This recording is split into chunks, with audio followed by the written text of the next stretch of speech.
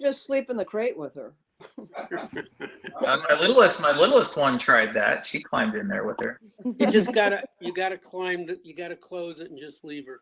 Yeah, let her yell, just like the kids. Yeah, you gotta let it a couple of days and then we'll stop. They're pretty good at figuring out how to get you to do things.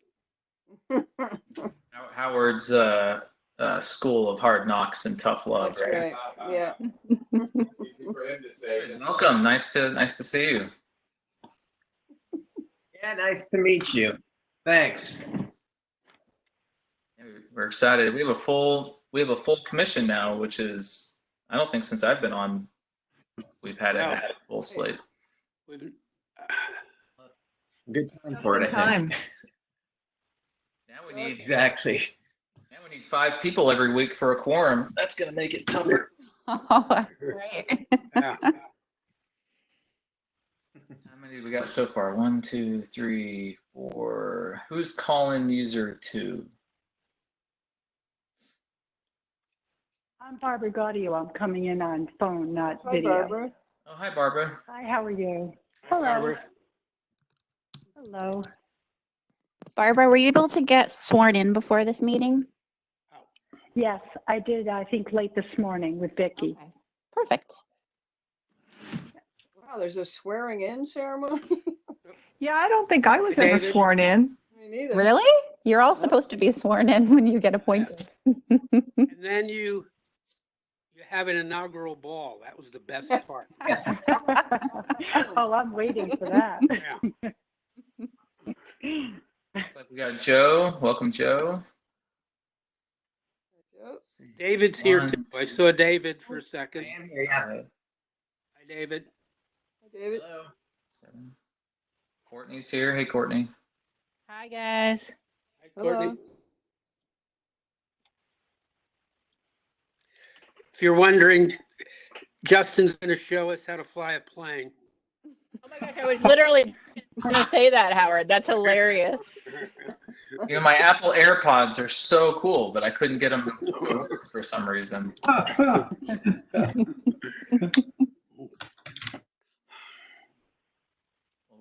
Do we have enough? 1, 2, Yep. 3, 4. We do. 6. Yeah.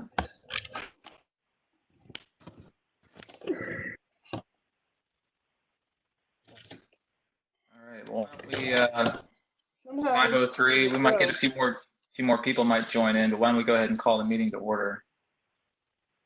Okay. You guys can see my screen. Can you guys see the agenda?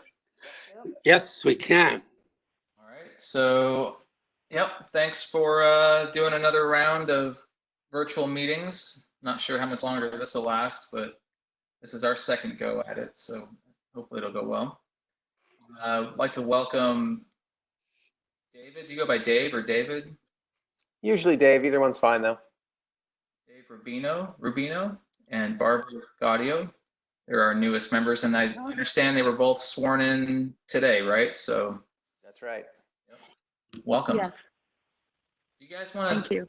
tell us a little bit about yourselves? Just I know I met Barbara at planning, but I don't think I've met Dave before. I don't think we've met. I can tell you briefly. I'm a lawyer. I have a on Halls Road. I've been in town for about 2.5 years now, and I have 2 kids in the school system, and I just thought now was really a good time to invest in the economic developments of this town. So I wanted to join up. Nice. What ages are your children? Are they? I have a preschooler and I have a 3rd grader. Nice. Welcome. Thanks. So if the EDC needs any legal advice, now we've got our guy. Your man. What about you, Barbara? So I've lived in town for about 26 years, and I was previously an investment banker. And before coming to Old Lyman, I was in Philadelphia and New York with Fidelity Investments. And then when I came to Old Lyme, I started doing it privately, private real estate investment with commercial and residential holdings, not a real estate broker. just an investor. And I also manage a multi-specialty medical office. I'm on the Planning Commission, and my children grew up in Old Lyme, and one is going to be 30, and she's an attorney in New London, and my other daughter is 26, and she is in corporate Bloomingdale's as a buyer. Nice. Very cool. So they did wonderfully through the school system. Can't say enough about our school system here. Great. Yep, and that's why a lot of people, you know, I know for my family, that's why we moved to Oldham. That's why we're here. Schools. Yep. That's why we came. Well, Barbara, we're really excited to have you, and you know, I think it's going to be helpful that you're also on planning. You know, we've been talking a lot about trying to do as much as we can to kind of break down the barriers between the different boards and commissions. So this is definitely helpful. Appreciate it. I agree with that 100%. I think there needs to be more communication between the various commissions. And then Courtney Hendrickson, she's from Advanced Connecticut, formerly known as CERC. And you know, we all know Courtney well, but Courtney, do you want to give just a quick 30 seconds? Sure. Yeah. Nice to meet you, Dave and Barbara, and everyone else. Great to see you as always. Formerly known as CERC, Connecticut Economic Resource Center, now called Advanced CT. You may have seen us in the news lately, hopefully for good reason, that we are helping the state to reopen as quickly and efficiently and safely as possible, but very focused on our critical partners, our 169 municipalities and all of our regions when it comes to business retention, expansion, attraction, and creation, which would be more like entrepreneur support, and all while celebrating the unique character of all of our communities. That's been our focus with our municipal practice, and we have been supporting Old Lyme's Economic Development Commission probably about a year now, and we've really enjoyed our work.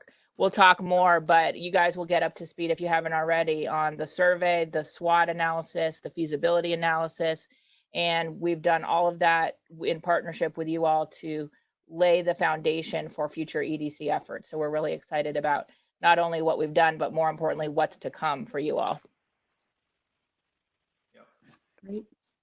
Yeah, thanks, Courtney. Yeah, we for Barbara and Dave, you know, we do have a current contract with Advanced Connecticut, and that should be wrapping up soon. In fact, they're working on just the final phase of that, and Courtney's going to give us an update in just a moment. Okay, so the first order of business is to approve the April 1st meeting minutes, and they were provided to everybody in advance of the meeting, and there's a hyperlink in the agenda if you need to refer to them, but we can get a motion to approve. I'll make that motion. I'll second it. Okay. All in favor, or does anybody have any comments or not in favor of the minutes? Probably easier to do it that way. Fine. Okay. All right. So we'll start off with we're going to lead off with get an update from Courtney on where they are with the feasibility studies. Sorry, Courtney, I put CERC in here. I missed the. Oh, that's okay. I didn't, you know, it's funny. I don't even notice it. So I should have caught that too, but. Yeah. So as a background, you know, we've seen, you know, one draft, and we've provided some comments to Advanced Connecticut, and they're working on those, and we'll hear from Courtney on where they are. And we, in the last meeting, we unanimously recognized that, you know, they're extremely busy at the moment, you know, given, you know, helping the state with the pandemic and the business community. And now we're reading about Advanced Connecticut in the news all the time. And so I think what we're going to hear from Courtney is that they haven't done much since the last meeting, but definitely it's going to be done by the end of the fiscal year. So I'll turn it over to you, Courtney, and you can give us an update. Very good. And yes, mostly the same as what Justin just shared, with our research team being completely focused on preparing the industry guidelines for reopen in the phase 1 of the May 20th businesses. We have been just absolutely swamped with on my end stakeholder input, but on their end, really making sure all the T's are crossed and the I's are dotted. So appreciate your flexibility and patience on what we just haven't been able to get to, which they said was very doable, very feasible. They understand the feedback and they're prepared to do it between now and the June meeting. And we understand the end of the fiscal year. We're prepared to work towards that.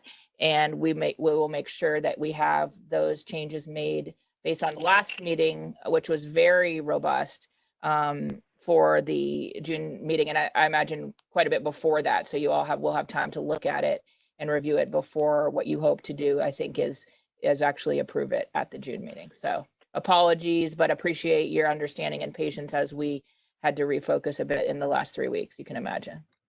Courtney, when would you anticipate we'd have it?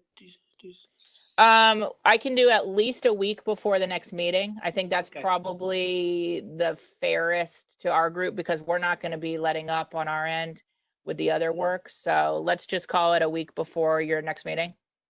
Okay, and the reason I'm asking that is because we were drafting some communication pieces related to that, and we're trying to figure out the scheduling when we should release those. So at this point, why don't we tentatively, just in our minds, plan to get them out right after our next meeting?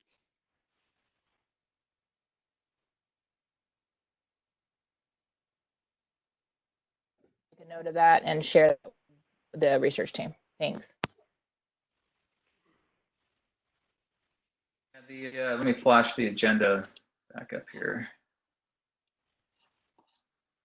So under old business, we've been carrying this SWOT and CERT plan to distribute the SWOT and survey summary reports for the last couple meetings. Those reports are complete and final, and there's a hyperlink there to the EDC's website. And what Howard and I have been talking about, and we talked about at the last meeting as a commission, was to once the feasibility study is complete, then to send out some social media and town announcements, kind of advertising that all of this work is complete. But we didn't wait to start socializing the SWOT and survey report. We did, I believe, Howard, right? We've shared some copies with the selectman's office, and also, did we get some over to planning and zoning? I wasn't sure. Yeah, well, what we've done is we met with Tim early on after the survey and the SWOT, and we presented him with that information. We've given him the draft of the feasibility study, and then I attended the last, or I'm not sure it was the last, but recent planning commission, and reminded them about all the materials that were available and gave them a draft of the feasibility study so they could have that too. So I think once we have what we'd like to do is have all the emails or whatever we're going to provide Michelle, and Tim to send out, as for like a town announcement. We'd like to have all that drafted in advance. So I think between now and the next meeting, we ought to, finalize that so that, hopefully we can vote and approve feasibility study and then get everything out, especially out on social media. And, I don't know, we talked about putting like all three documents together in like a nice binder and stuff and getting that over to Tim and the rest of the board. And then maybe some of the others, send one copy, hard copy, to the chairs of some of the other commissions and boards. I think, Edie, you were going to help with that, right? Yeah, Michelle and I were gonna get that printed for you, but we're not ready for that yet, right? Right. Right. We do have a draft of, I think you circulated, right, Justin, the draft of announcing when we have the feasibility study. So we'd reference all three and kind of talk about next steps, et cetera. I didn't send that out in today's email. So what we should do, yeah, why don't me and you work together? Let's clean that up and make it Right. pretty, put it in Word, and then we'll send that out again, maybe a week after this meeting and start. Right. So that way we Yep. could hopefully be in position to approve that at the next meeting at the same time that we do hopefully the feasibility study and ready to go. Okay. The next item on the agenda was to just we've been carrying this one every month as well. It's just an EDC input to the 2020 Plan of Conservation and Development. So Howard and I have both met with planning at least once, and I've met with Harold a couple times. And I think there's interest in, or they're receptive to, taking this data that we've acquired from the research we've done over the last year. So the goal for 2020 for the EDC is to get all this stuff together and get it over to planning so they can use it and consider it in the development of the 2020 POCD. I don't mean to put Barbara on the spot, but do you have an idea of where planning is with the POCD and whether or not they're waiting for us? Yes, no, what's happened is we just had a meeting last week, and we've started doing the POCD. We are going to be looking for the statistics. Dan and Kim are going to start putting those statistics together, I believe, based on a lot of the information you've acquired. There's obviously a lot of changes that are going to happen in that document. A lot of it isn't relevant anymore. And I think as a group, the Planning Commission wants the input from the other commissions because it will just be a better document with more information. So we will be using a lot of that information in the POCD. Can we give that to the planning now? Is there any reason not to? Or, I mean, you guys planning will have to kind of take the information and rearrange it according to how the POCD needs to use it. So is that something we can pass on to you, at least the first two parts? That'd be great. We had talked about. I'm sorry, go ahead. Talked about creating a PowerPoint that would summarize our work, and that might be a more digestible way of presenting it over to planning. Is that still a deliverable we're working towards? We haven't started working on that since the last meeting. We did CERC.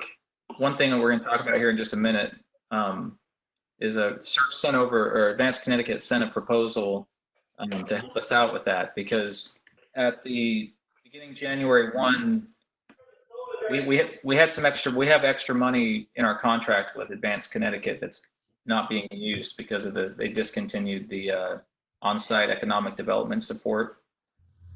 So we talked about using some of that money to help us with doing just what you described, putting together a PowerPoint and some, public affairs type. Well, maybe why don't you just hold on for 1 second? Let's let Courtney talk about her proposal. So before we do that, so I think back to Edie's question, I don't think there's any reason why we can't give them. I mean, we should get the survey, the SWOT, and the draft feasibility study. We should let them know that the draft feasibility, the feasibility study is going to come back in a better format, and probably, like they're going to change some of the charts and stuff like that. But the data is there. The data is not going to change. So that is what we're really looking for. Yeah, so we should definitely send that over. Yeah. Should we send it through you, Barbara? Would that be a good way to get it to you? I did. I'm sorry, you could send it directly to Harold. Okay. Barbara, could you send me Harold's email address, because I feel like I may not have his correct email. Yeah. Changed recently. I have it. Okay. Yeah, if somebody could send me that, and then Howard and we'll send over an email with all the PDFs attached, and we'll do it officially through the EDC email account and everything. Right. Right, and the reason I'm saying Harold is because at our last meeting, it was the statistic part of it, and the breakdowns were all going through Harold and Kim to organize those two. And I'm happy to get involved, completely happy if you want to send it to me. So it's just because of the way everything's happening with COVID right now and the way the meetings are happening, we're trying to make sure we don't leave anything between the cracks with the way everything is being passed around. That's the biggest issue. Maybe we could send it to Harold and to you, Barbara, just to, you know, double bill it that way. That'd be great. Perfect. We'll do that. Yeah, we're excited, Barbara, because we feel like, you know, the town, you know, we got a lot of input from not only town residents and businesses, but we got a lot of the local organizations, you know, the schools and the library, and I don't want to leave anybody out, but the Art Academy, you know, so we really hope that planning takes that input and considers it, because otherwise it feels like it's almost like we've slighted like all those people that spent time and energy and, you know, responding to the survey. So we're right now, I mean, we have a lot of data. We have a lot of information about how people feel about the town. And then the feasibility study, which we'll also send over, has a lot of the analytical hard number type, you know, information, the data that planning can use. So there's a lot there. Right. And we absolutely want to take into consideration what the town is looking for, because that's what's going to make a better town. Yeah. Yeah. I know, like towns like East Lyme, when their process went out and actually did a survey specifically for that. So basically our timing is very good, because we've really have all that material for you without having you going out and, you know, having your own efforts. I see that Mary joined us from the day. Hi, Mary. So just so you're aware, Mary, we have 2 new EDC members, and they're here with us today, Dave Rubino and Barbara Gaudio. And Barbara sits on the Planning Commission. So Barbara, if you're okay with this, what I would like to do is, for each of our monthly meetings, have a standing agenda item we've already been carrying it for the like input to POCD, but maybe we can put your name next to that item, and you could take a couple minutes each month and kind of update us on, you know, what you guys are working on and what you're doing and how we might be able to help, or, you know, how we might be able to help you guys, help planning, and how planning might be able to help us. So if you're, I think that's an excellent plan. Yes, because I think the EDC and the Planning Commission have to work hand in hand. Great, thanks. So the next item on the agenda, does anybody have anything else they'd like to mention about POCD? I think Candace's question that goes to Courtney about the assistant on that the PowerPoint or whatever format she wants to do it in. Yeah, let's hear from what Courtney's proposal is, and then we'll talk about that in the context of how do we want to proceed with, you know, disseminating the information. You know, we may not need Advanced Connecticut's help to do that. I think that's the decision we need to make, is whether or not we want to go that way. I mean, so if we were going to do a PowerPoint, you know, we would, you know, are we going to spend the time and develop it, or are we going to let Advanced Connecticut do it? So, well, it's whether Advanced Connecticut has the bandwidth of people to do it. Really, it sounds like you guys are pretty swamped. You know, we want this soon, so we don't want to wait another 3 months to do it. So if that's the case, then maybe we need someone within the EDC to do that. So. What's your thought, Courtney? I don't want to put rain either on Courtney's parade, and give her certainly an opportunity to go through what she would like to tell us about this. But in the back of my mind also, I'm thinking with limited resources, I think we did, you know, a pretty good job of communicating with the town in getting survey results, and we did extremely well with that. So I think that's kind of our strength, where My initial feeling is I'd rather see us use the resources from Advanced Connecticut and when we get to implementation, because I think we're gonna really not have all the resources we need in order to take the feasibility study and all the other studies and come up with really specific recommendations on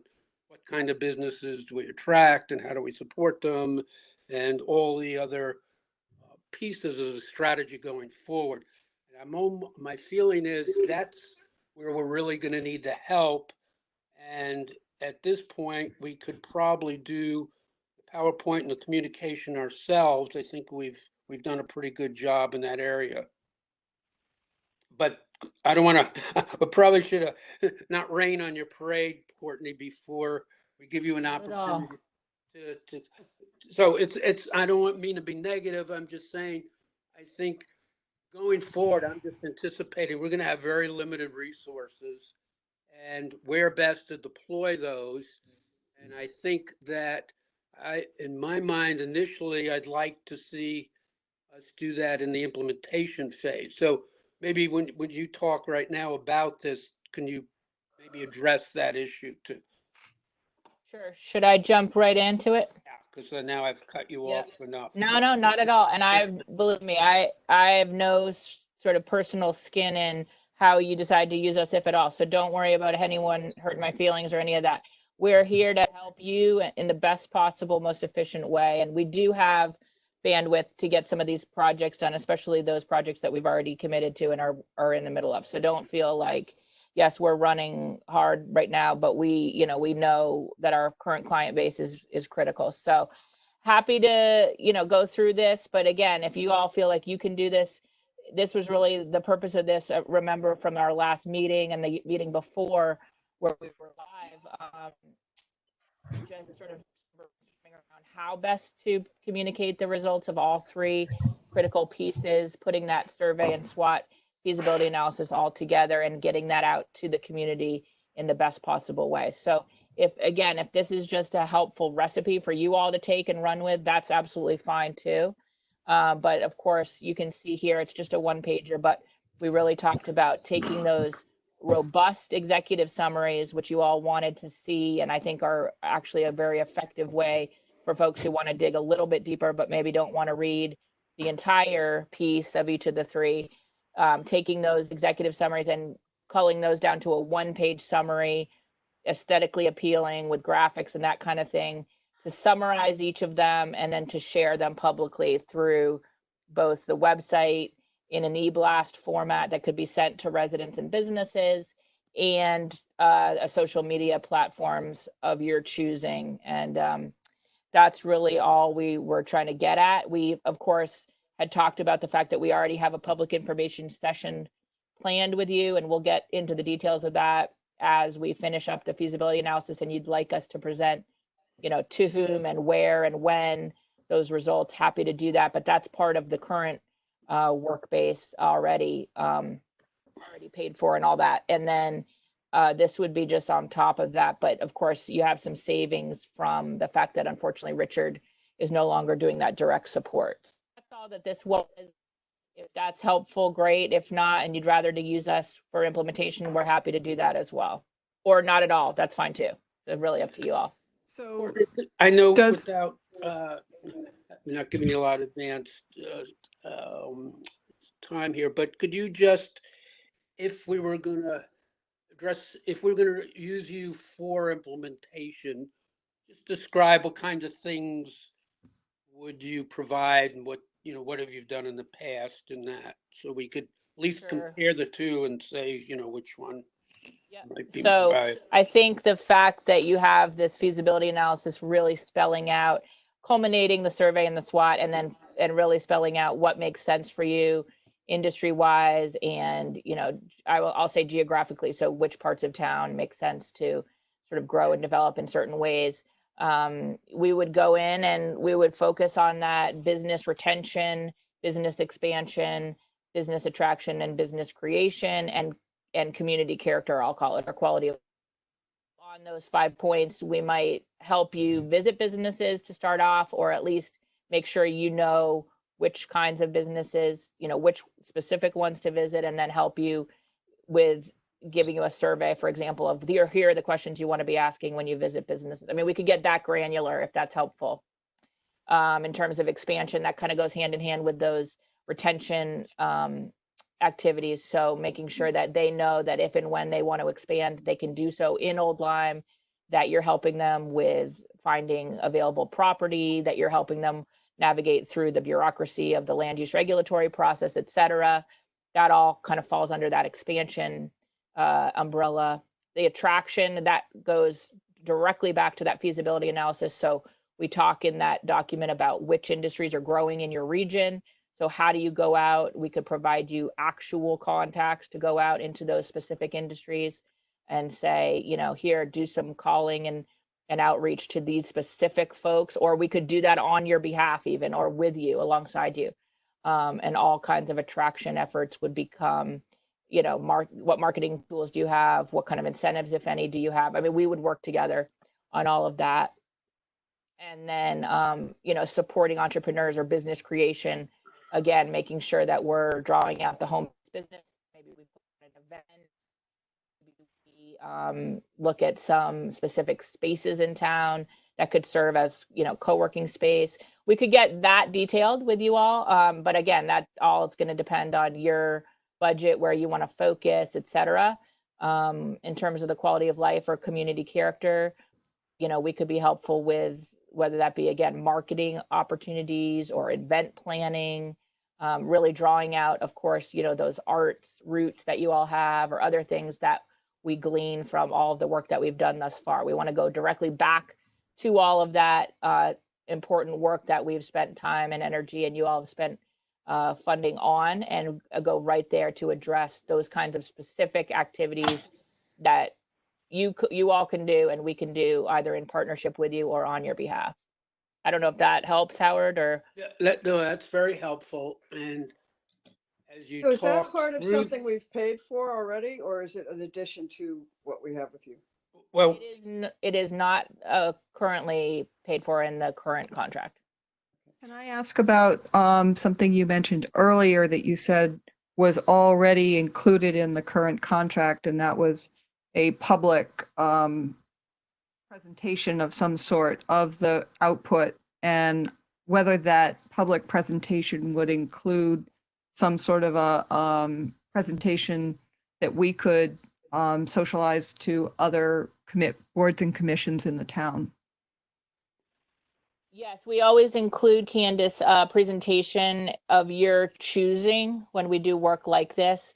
So we could do something, let's say we could record it and you could share it that way, or we could do it where we invite everybody when we're at a point back when we can all be together physically. We could do it for any and all to be invited. It's really up to you all how you want us to perform that information session.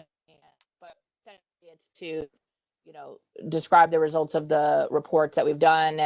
And again, we could go into a little bit of this, future detail if that's helpful. So it sounds like from what you're saying that potentially whatever you create for that would be very much like any PowerPoint that we would make, and probably of better quality.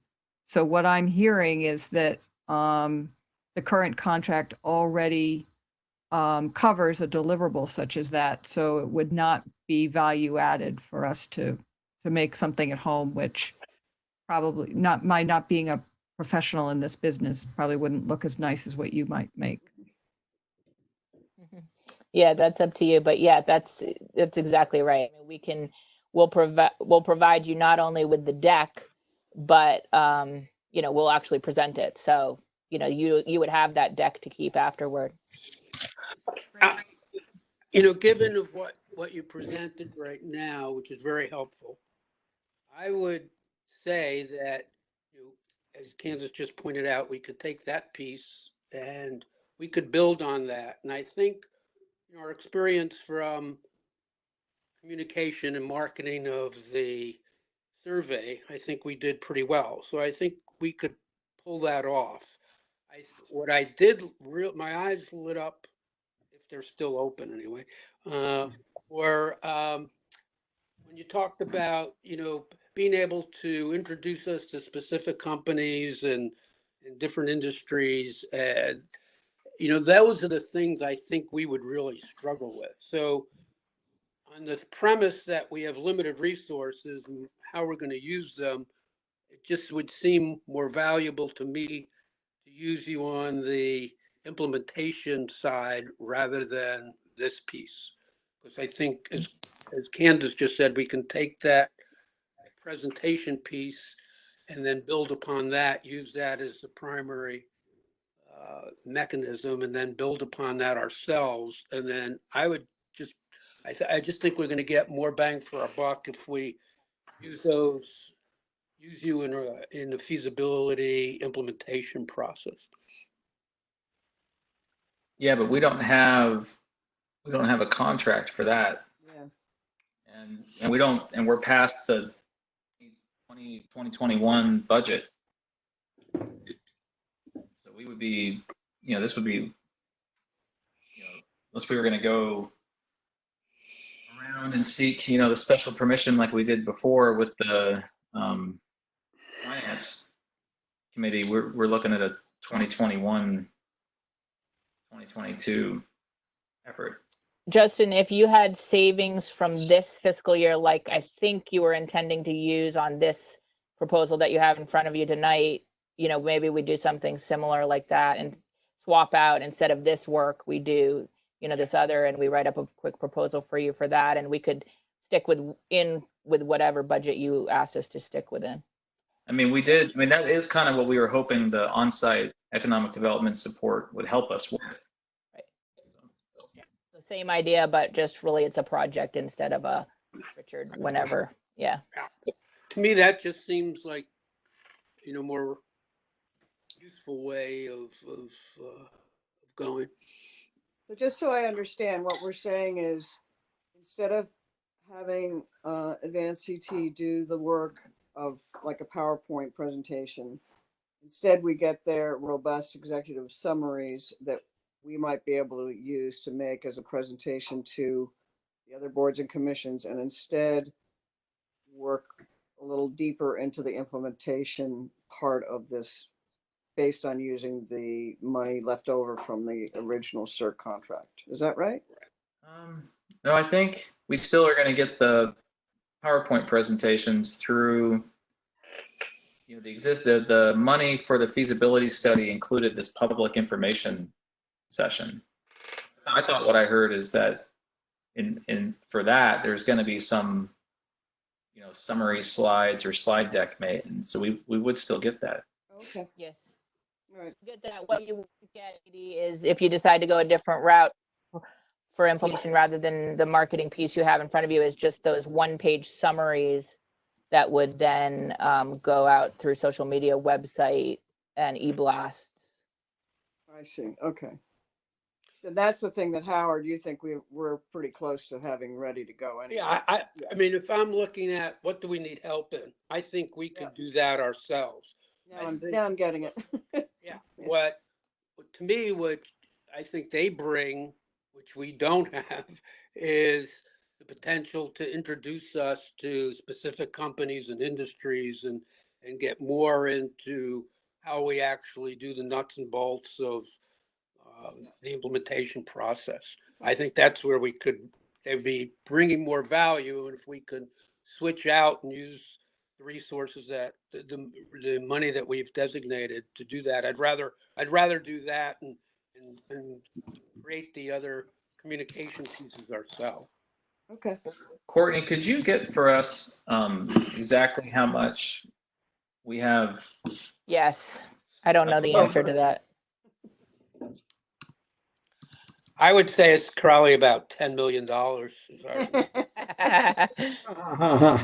think it was like $16,000 allotted for the on-site economic development support, and I know we didn't use half of that. So. Right. Okay, so what I'm hearing, Courtney, is that we can take a formal vote if necessary, but would not be accepting this proposal that's in front of us today. Is That's that, fine. And then we would probably just want to write up a one pager or a two pager Yeah. for you to just describe the, and then Yeah. I can work with you guys offline to say, you have 8,000 left or whatever it is, you know, do you want to use 4 of that, 6 of that, 2 of that, whatever you guys are comfortable with, we can just meet your budget based on our hours. yeah, we need to talk with Tim, or figure out how we, because so even if Courtney gets us a proposal that we accept before this fiscal year expires, the work would be done in the next fiscal year. So we got to figure out how. Is there just a carryover like there Yeah, was? I don't see it as a big problem. I just think as long as you're not spending additional monies, that it would be easy to transfer at some point, as long as you yeah, I think it's a bookkeeping item, I don't see it as a serious issue. Maybe I'm wrong. Yeah, If you allocate it, a lot of times we just kind of hold the money at Advanced CT and then we just spend it based on, if for a fiscal issue, year-end issue, you need to spend it by June 30th or by mid-July or whatever, we can just sort of hang on to it and then just dole it out to ourselves if that's helpful. We've done that many, many times with towns. Yeah, it's basically no different than a retainer agreement. Right. Pretty Yeah. Speaking to Howard's point about, that CERC, or your company's new name, Courtney, introducing us to candidates that would take interest in Old Lyme as a place to do business. This recent COVID nightmare we've gone through has certainly been a drastic economic impact. And, we've been fortunate because we're predominantly a white collar community where people are doing this internet work from home stuff, and certainly I'm not ignorant that there are some people in town that are not so lucky, and, we got to try to help them as we can. But from this outcome of this whole COVID thing, pharmaceuticals, for example, that are, now we're seeing we're dependent on China for pharmaceuticals. That was a big bread and butter economic stream of money into Old Lyme that has dissipated when Pfizer sort of came unglued. Do you see any possibilities of the talent pool that's in Old Lyme maybe being attractive to, for example, a company that's in the pharmaceutical world?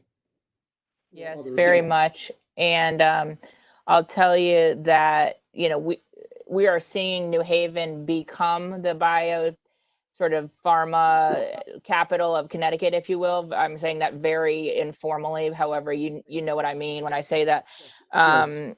And, you guys would be well positioned in terms of a commuting pattern and whatnot to have talent pool be going to those areas. And I think that bio that we've seen is already growing in New Haven even before COVID, but even more so now will be resourced around, vaccines and mitigation pieces around this specific.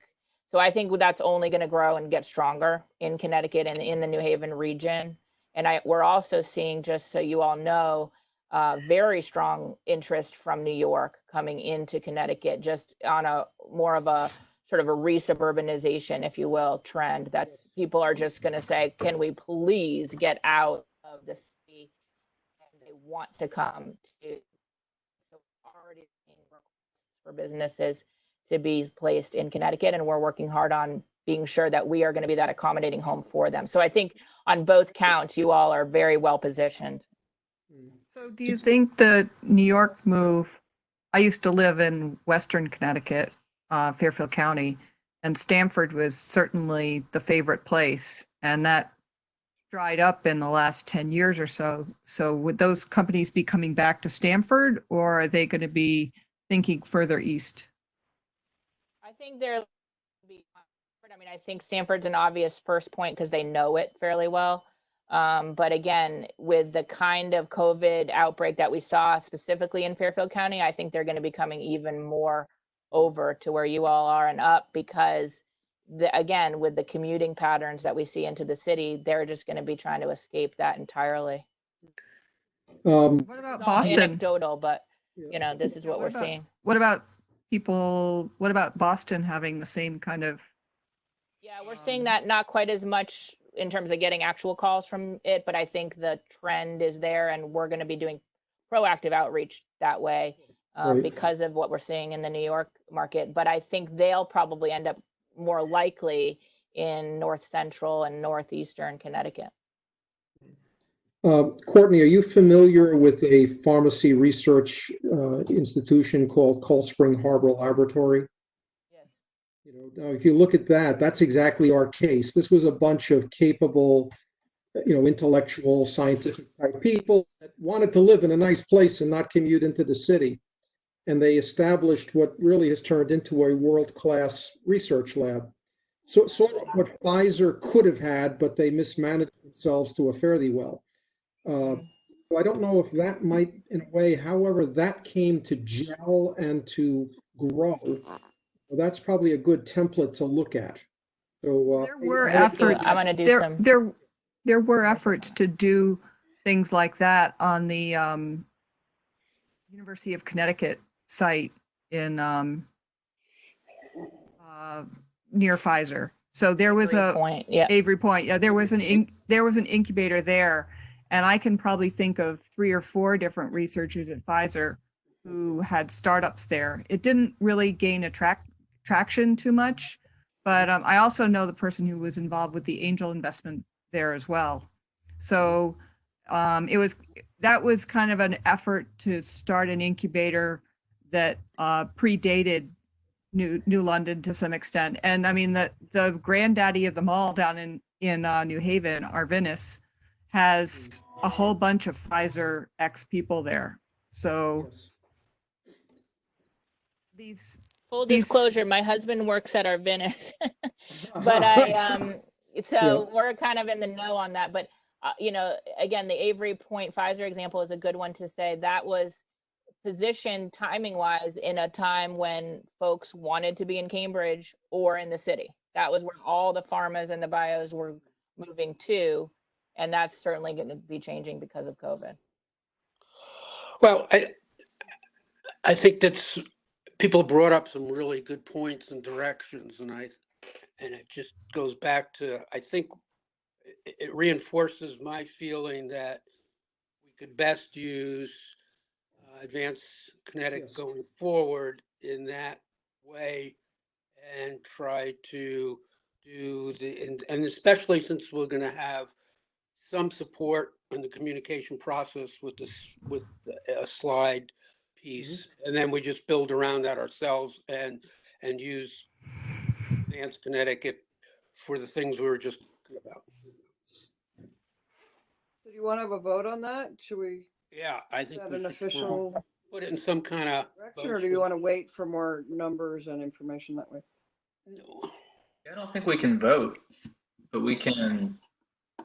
Yeah, I think we all agree, and I'm curious if anybody else has any thoughts. But it sounds like, I guess I'm a little bit surprised that you guys. I thought you were kind of stopping your municipality support, and it was going to sunset. Like we are, I'll say, shifting our municipal support. Part of our eagerness to help you comes from the fact that we've been helping you, and we, have a established relationship, and we want to see it through in a most, in the way that's most helpful for you. But certainly where we can help with these actual implementation pieces, we're still trying to provide that kind of support, just not the on-site piece. Okay. Great. Yeah. So, okay. So yeah, to summarize, and so Courtney is going to put together a proposal. You think for the next meeting, right? Before the June meeting, with a description of what they can provide and how much it'll cost. And then we'll pay you in small unmarked bills, Courtney. I'll take whatever I get. No, just kidding.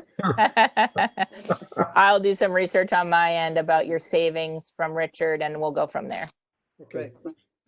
Howard, you and I, let's reach out to Tim or Michelle and just see what we need to do administratively to use the funds. Yeah. Okay. Good. All right, the next thing on the agenda, Courtney, you can stick around if you'd like. I think that's might be all. You know how Thanks. exciting we are, Courtney. No, I do, but I have to jump on at 6 o'clock. Oh, Trying to yeah. get fed in between, so I appreciate your letting me go. But it's awesome to see all of you, and we'll be That's in easy. close You got touch. 9 minutes. Yeah, exactly. Mac and cheese it is again. If you want your kids early, just put them in the meeting here. There you go. I know they'll be very entertained with all y'all's faces there. Thank you, Courtney. All right. Thanks. See you Courtney. Thanks a soon. lot. Yep. Very Bye. helpful. Yeah. Thank you. Right. So the next items on the agenda were a letter that we had been drafting. Let me tee it up a little bit. So the last meeting was our first meeting since the pandemic, and Howard and I exchanged, some discussions on what can the EDC be doing to help the Old Lyme business community, and we decided consciously not to do anything at that time because so much was already coming from the state economic department, and Advanced Connecticut was sending out a lot of stuff, and then Tim was sending stuff from town hall. So we just didn't want to overwhelm people. I don't know about you guys, but I'm getting like 10 emails a day on COVID-19, and maybe you guys aren't seeing them because they send stuff to the official EDC town website. So it might be just Howard and I that are seeing a lot of this stuff. But anyway, since then, I think since our last meeting, we've been talking about maybe we should send a letter out to town residents in an effort to encourage them to, shop local.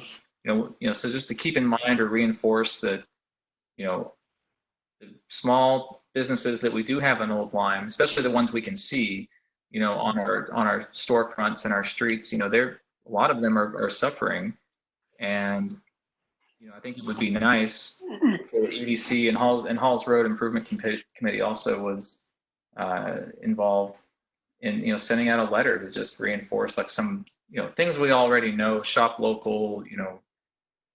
If some of the restaurants are doing takeout, but just I thought it might be appropriate to send something out. So let me put that draft letter up here on the screen, and we can talk about it. Everybody have a chance? I sent out a link before today's meeting. Did everybody get a chance to take a look at that? Mhm. Yes. I haven't looked at anything from you today because I've been working like crazy, but I did edit a couple of things over the weekend for you.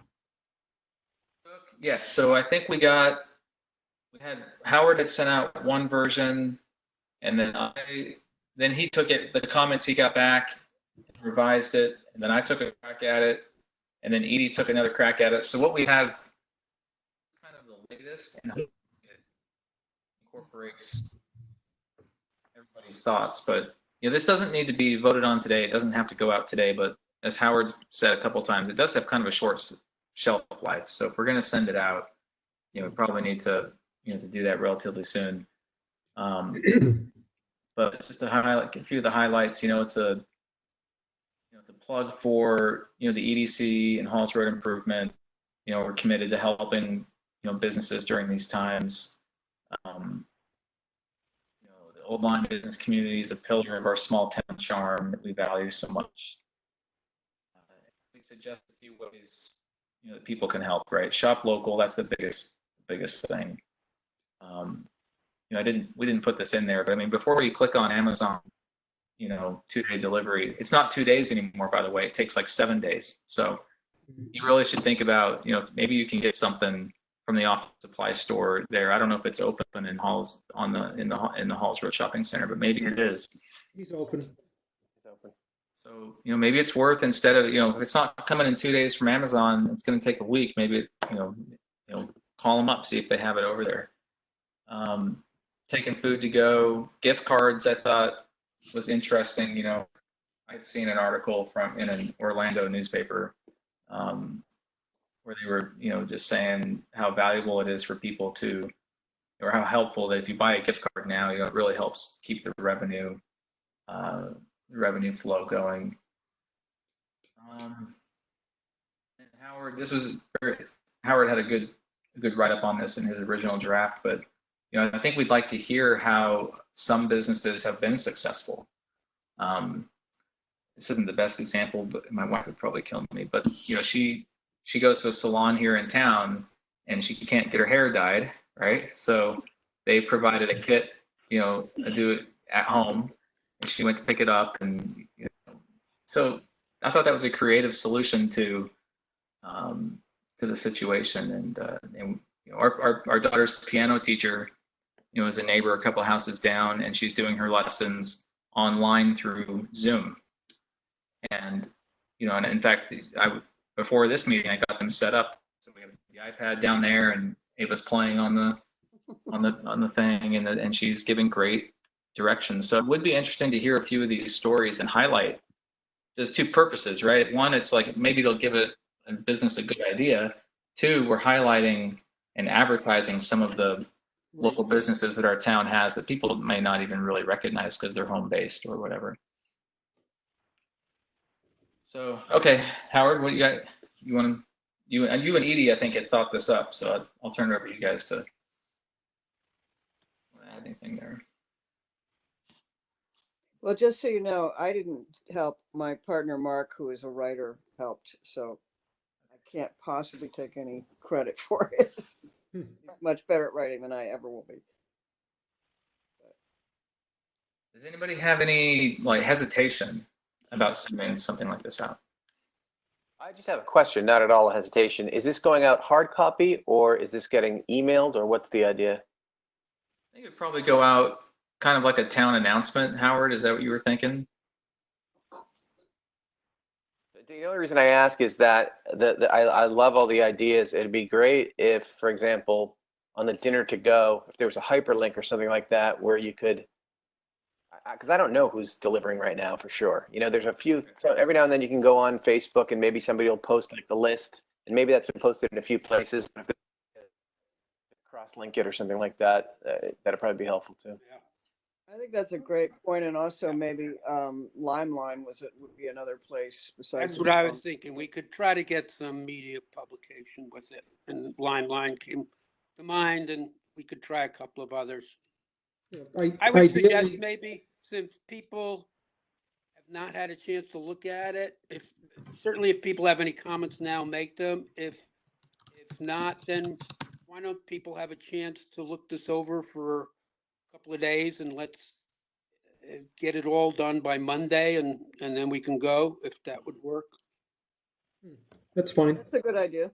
I was wondering, Howard, if it might be interesting to highlight one or two businesses that Sure are already right. I gave a couple examples. Like I said, I don't know if my wife would be okay with me using the salon one, but does anybody know anybody that has a business that is doing something creative that we could quickly get like a quote from them or a couple sentences and maybe their picture or a picture of their storefront? There was a big thank you recently online, I think in People of Old Lyme or Neighbors or one of those, from the people running Hideaway. Now, there's nothing that creative, but they're really appreciative of so many people keeping them busy. So Kim Thompson runs a business where she makes children's clothing out of her home. And I know she's been making a ton of masks lately. And actually, she may be in the next meeting that Dave and I are in. So we might be able to give her a shout out for what she's doing. She's always been sort of online, but she expanded her business and went on to there's a online website where there's lots of handmade stuff. I can't remember the name of it right now. Good. Could somebody reach out to the Hideaway and get, if they were already online thanking people, maybe they respond to, hey, can we advertise for some free press? Would you like to give us a quote, for this letter we're working on? Or and something similar from Kim. I mean, if she would like to, her angle's a little different, right? So she has a business and has modified it to sell what people need. Is that how it's going? Let me just look her up on Facebook quickly right now, so I can get you more details. Yeah, it's like a little different angle where she's actually modified her product. And Office Express on Halls Road is actually also selling homemade masks as well. So yeah, I guess that would work, because we would be saying, hey, don't go to Amazon to buy your mask. Who knows where it was made? Here's some local people that are doing a good job, and Right here in town. And there's often people asking, where can I get a mask? So, yeah, I think that would be great. So Kim's business is Busy Bee Playwear. She makes children's clothing, and she has recently started deploying it through Etsy. Yep. Etsy, yeah. I'm sorry. Clearly, I don't buy a lot of kids' clothes anymore. Candace, do you know her personally? Yeah, she's Would on. you- Do you want to reach out to her and tell her we'd give her this opportunity if she wants to write us, 4 or 5 lines and description, Yep. and we'd put it in the letter? That'd be great.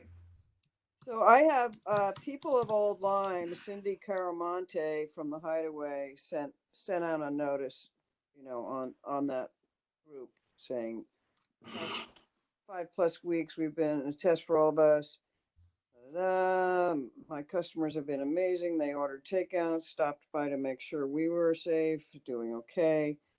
I'm proud to live in such a great town. So, That's maybe great. I could respond to this and ask her if she'd like to put that into the EDC correspondence. Yes, please, Edie. That would be great. I think that's a great example. Terrific. I'll reach out to the piano teacher. I think that's an interesting. I mean, we're doing our meetings virtually. Here's somebody actually running a business now virtually. I think that's interesting. Yep, great. Good idea. Okay, so Howard, all right. So it sounds like we don't need to vote. What we'll do is we'll try and gather a couple other pieces to this. I'll resend the link just so everybody has it. And feel free, does everybody know how to use online Word, right? So you can just type in whatever you want. You can drop a picture in there. It doesn't have to be pretty. Howard and I and Edie will go back and do all the formatting and fix it up. But go ahead and just add whatever you want to the document, and we'll get it out. Great.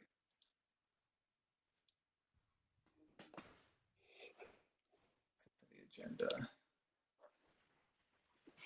Okay, Howard. Lastly, there was, if I can pull this up. Halls Road improvement. Well, we had Old Lyme events article on here, but I think we decided that we're not ready to publish. We're not ready for that one, and it's due yesterday. So. And I spent so much time editing that. And it won't go to waste. Yeah. We'll use that in just a different venue. That's all. Just my thought on the Old Lyme events is we really should try and get something into every publication. I don't think we've been consistent with that over the years. But in this particular year, we have enough going out publicly that I think it's okay. We missed one. I think we missed 2. I would like, going, say next year is at minimum, we kind of highlight an Old Lyme business and gives them, a little write up and something to that, that would be a regular piece that we include. Yeah, it's a nice publication, and it's free for us. So, yeah.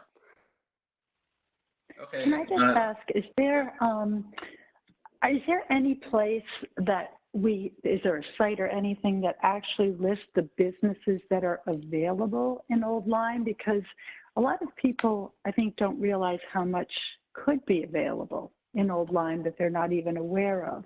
Do we have anything like that?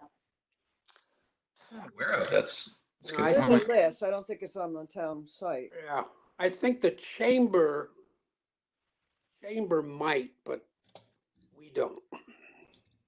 As soon as you I'll make check it, with it's the old, chamber. right? Yeah. Yeah. True. Another thing that we've thought about creating or putting up on our website is a list of the available properties, like commercial properties. You know, it should be easy for somebody to go to the Town of Old Lyme's website, click one link, and see like, okay, here's 15 properties for sale, and they're zoned this way, and so a list of businesses would be nice. I just went on to the Old Lyme Chamber of Commerce site, and there's quite a few. I think there's a lot of businesses listed on here.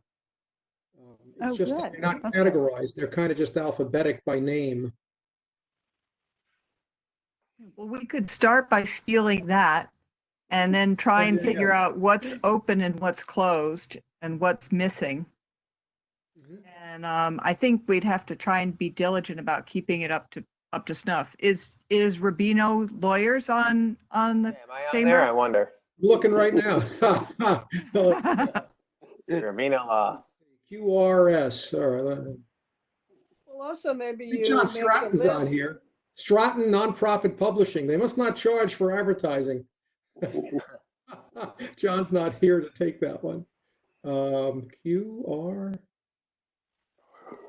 I do not see a Rubino. They would have had to done it on their own because I certainly didn't. Nobody reached out to me. There you go. So the David. other lawyer, Joining the commission, now you know you can go on the Chamber of Commerce. There you go. Right. the other lawyer in David's building is Jim Carey, Carey.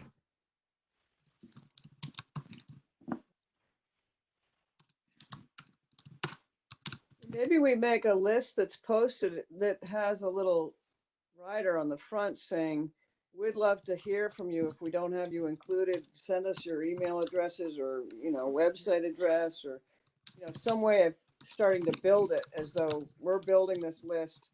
Please add to it if you send it It around. seems like something we should probably try to work with the chamber on. I mean, they should have a lot of this information and, as a base, and we could build on that, and maybe together we could just make it a lot more robust than it is in a number of ways.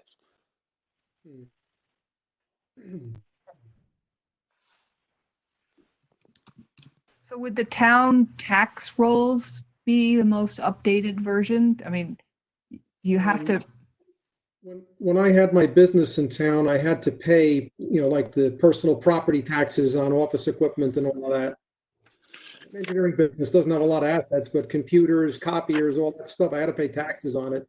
So there has to be a database of businesses, at least the ones that are large enough to, Depending on how their business is structured, there's a lot of, sole proprietors and things like that probably don't fall under that. So we did when we were sending out emails for the SWAT. We did get an Excel printout that had the by tax, the highest tax payers, or whatever. So we could, there is a list. I have a list from So Halls maybe Road that we built that was just on Halls Road, but it's a start at too if anybody wants to use it for something. It sounds like we should start with some criteria as to, what constitutes a business. Like there are people who sell eggs out of their house around here. Right. We don't want to go to that level of granularity. And my husband has a business downstairs. I almost forgot about it. So it's just him and boats. So I don't know if you want to include that. So I think probably the starting place is to make some ground rules as to what the purpose of this list is going to be and who you have to be to make it. Right, and to encourage people to do things locally rather than going out of town. The more they know about who's in town, the more they can use those services. Yep. I say let the free market decide. We just put out a call for if you want your business listed on our website, then send us the following information and we'll put you up there. You know, you just put a little hyperlink and Where we put out that call. David, I found a Holly Rubino who must be a writer, editorial services. Not you. All right. Yeah, we'll just have to. The only way, really, the best way we found reaching out to people is just through the town listserv, or the social media. Yeah, we could send stuff to people's mailboxes, but I don't think it works well. We did that with the survey. I don't know. I was interested to find out how many respondents to the survey actually used the postcard we sent. But yeah. The town has 42% response on the census, which is below average. that's not good. That's how people respond to that kind of question. Interesting. We had a higher response rate to our survey last year. Yeah. Yeah. Okay, let's move on. I think we'll take that as a future project. Updating our website with, we talked about previous meetings, like list of available commercial properties and stuff, and then maybe some kind of list of businesses. I've seen other Connecticut town EDC websites, and I encourage you guys to click around, because every town has their own, and some are much better than others. And I've seen such lists on other sites. So we can find one that we like. In fact, Barbara, if you're interested, if you find a good example, we'll just copy that rather than trying to recreate the wheel. Right. Great. Okay, I think the last two items, and I know it's getting late. What are we at? 6:13. Is to get an update from Edie on Halls Road improvement, and this a new committee that Halls Road zoning. I think we want you just take a few minutes and fill us in on what's going on. I'll go pretty quick here. We are still meeting. There was some question about whether we should keep doing that, and there was a consensus, yes, definitely should keep going. Don't let this thing die out. We have two main agenda items. One is the first is to get a master plan bid on and selected a company. And that master plan would be there to help us get grants for doing our first piece of work, which would be the streetscape and the sidewalks, the pedestrian bridge, and all the multimodal, park once and browse kind of concept for Halls Road. And then the other piece to it is, in order to encourage anybody to do any kind of new development, make this a mixed use situation by changing the zoning from commercial only to a village district that would allow for some residential. And those are our two main focuses: the streetscape and the village district. We have talked with 3 different urban planning type companies, 2 architects and 1 planner. So far I've got 1 actual real full proposal. I'm still trying to get the other 2 to step in line and get this. Unfortunately, because we didn't do an RFP, there's no set standard that anyone's answering with their proposal. So it's a little all over the map. Plus just getting people to work on things right now is tricky. But I'm following it through. Also in setting up this zoning subcommittee, we're hoping, I believe, Barbara, you're going to help join that as well. The from the planning side of things. Planning, we'll talk with. Yeah, planning's always had an issue with zoning. I think, as we all know, that there's been so many times that we've approved things and it dies in zoning. Yeah. It's our biggest problem, quite honestly. So that's a tough nut to crack. So I think we've got to see what happens with the new faces. Yeah, and I think But what we've done so far is we've had a meeting with the zoning folks just recently, last week. And they are actually very in favor of helping build this new village district. And that's why it's great to have you from planning come on as well, because we do want to, you know, bury the hatchet here and get everybody to work together.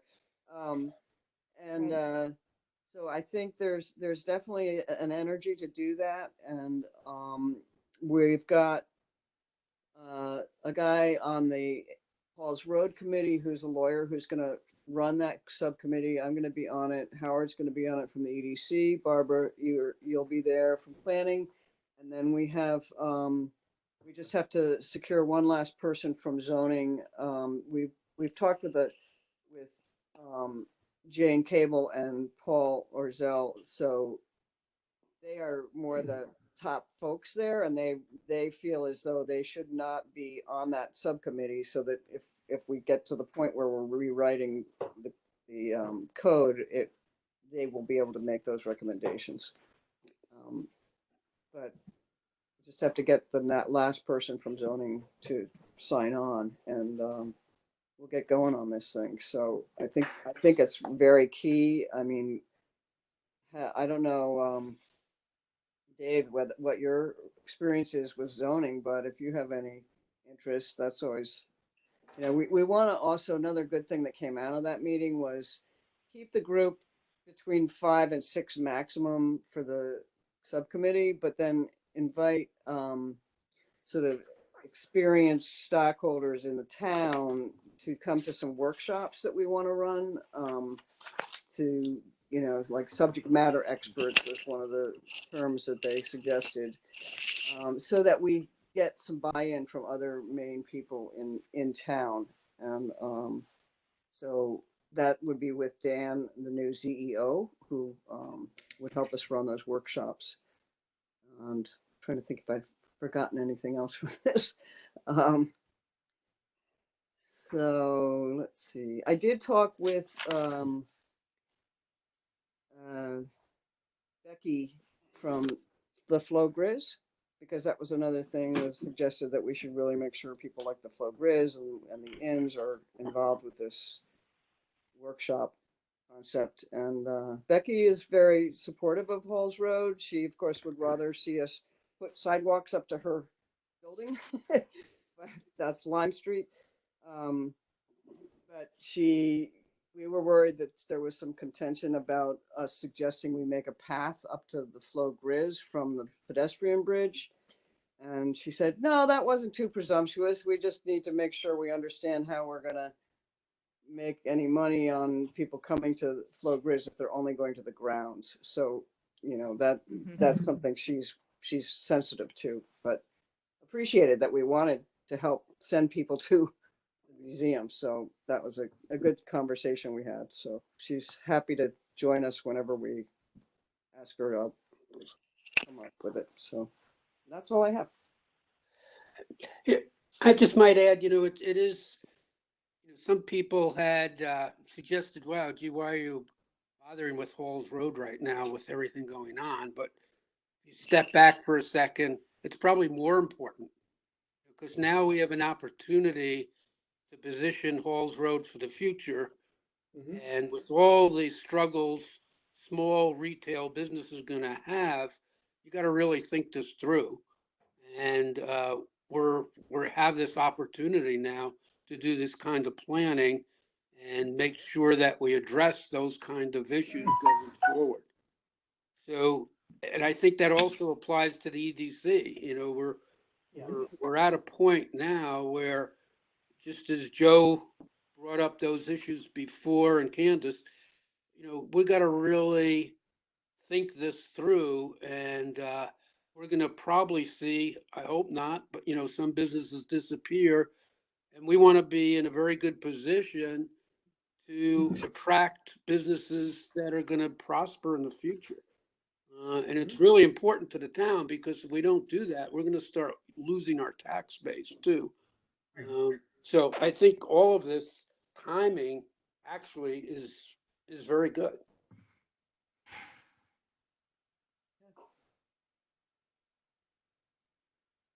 this is incredibly exciting. And it's great to see everybody coming together to work on it.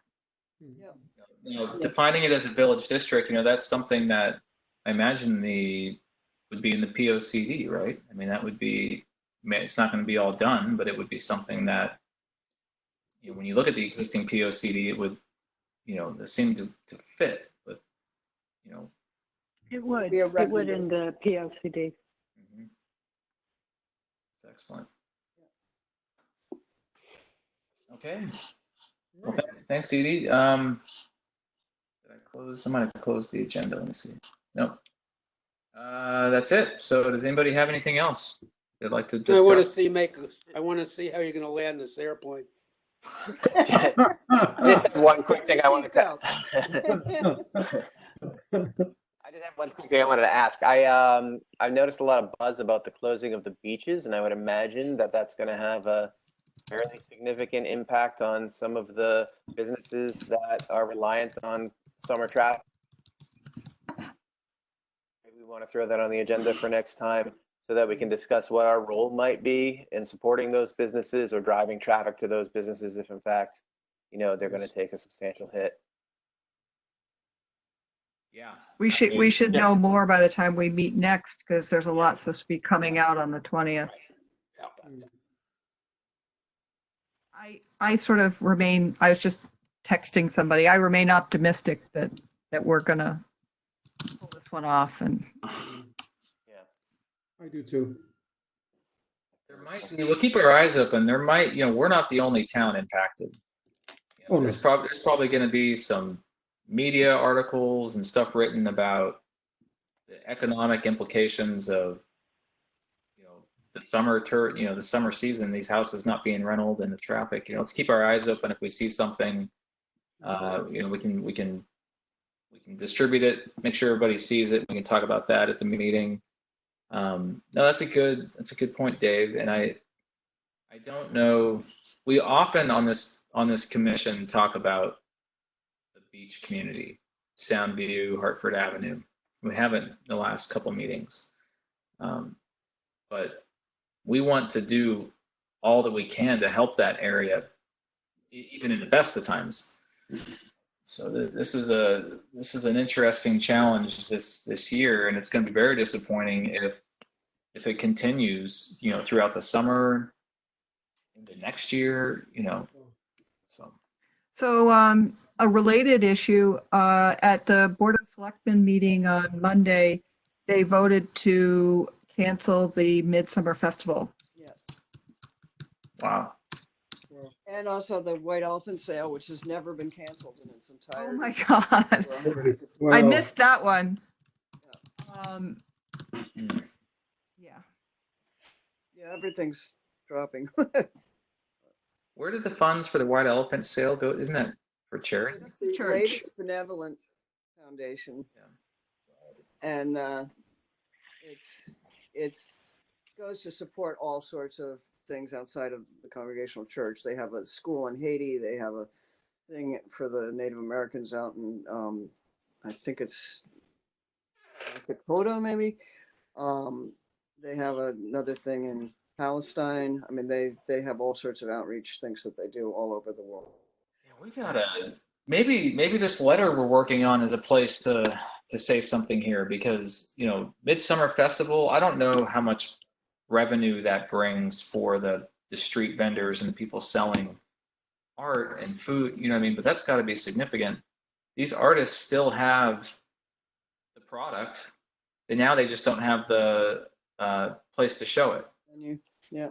So is there a website that they can post their stuff on, that we can point people in a They should direction all to? post it on the EDC website.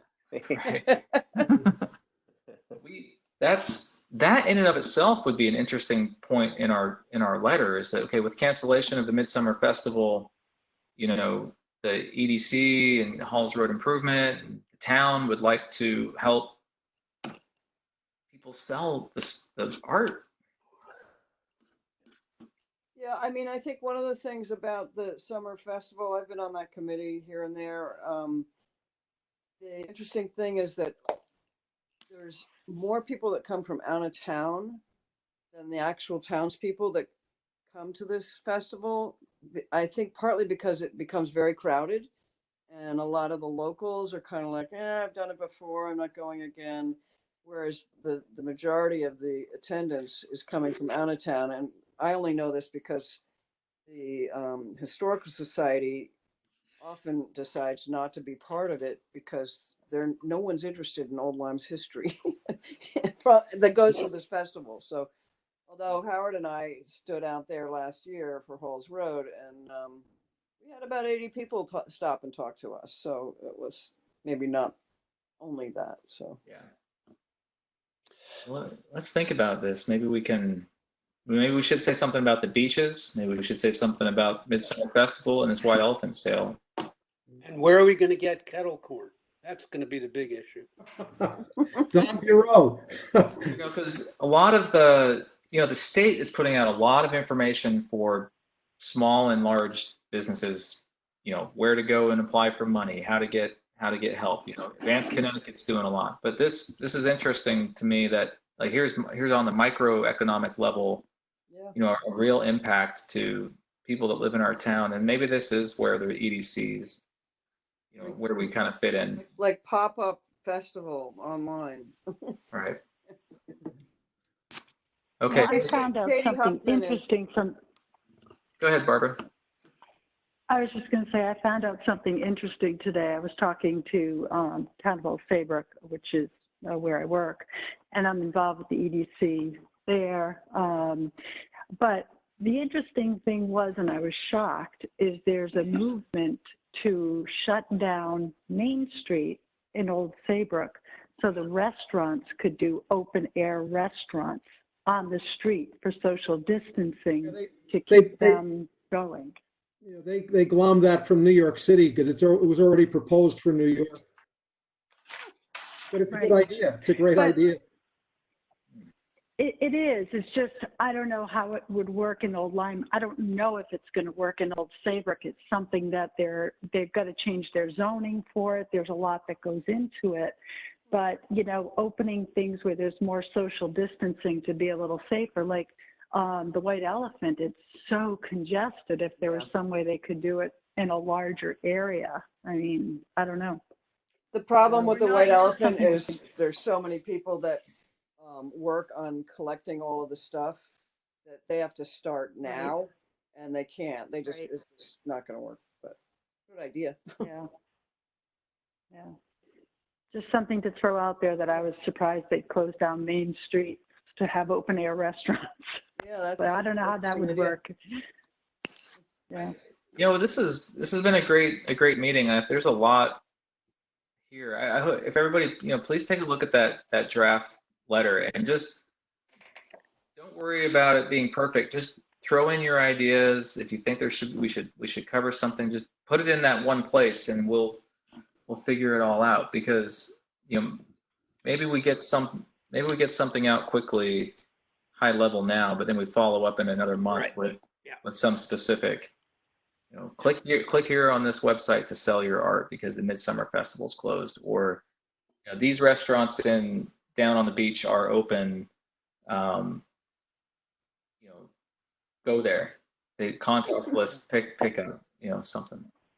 So I think Tim visited the restaurants like Kokomo's before he closed them, and he told them that they could still serve food, but they just couldn't serve it on site, I guess, and they couldn't let people onto the beach.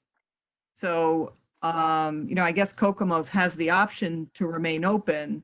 They just, can't let people onto the beach. They deliver too. I heard that.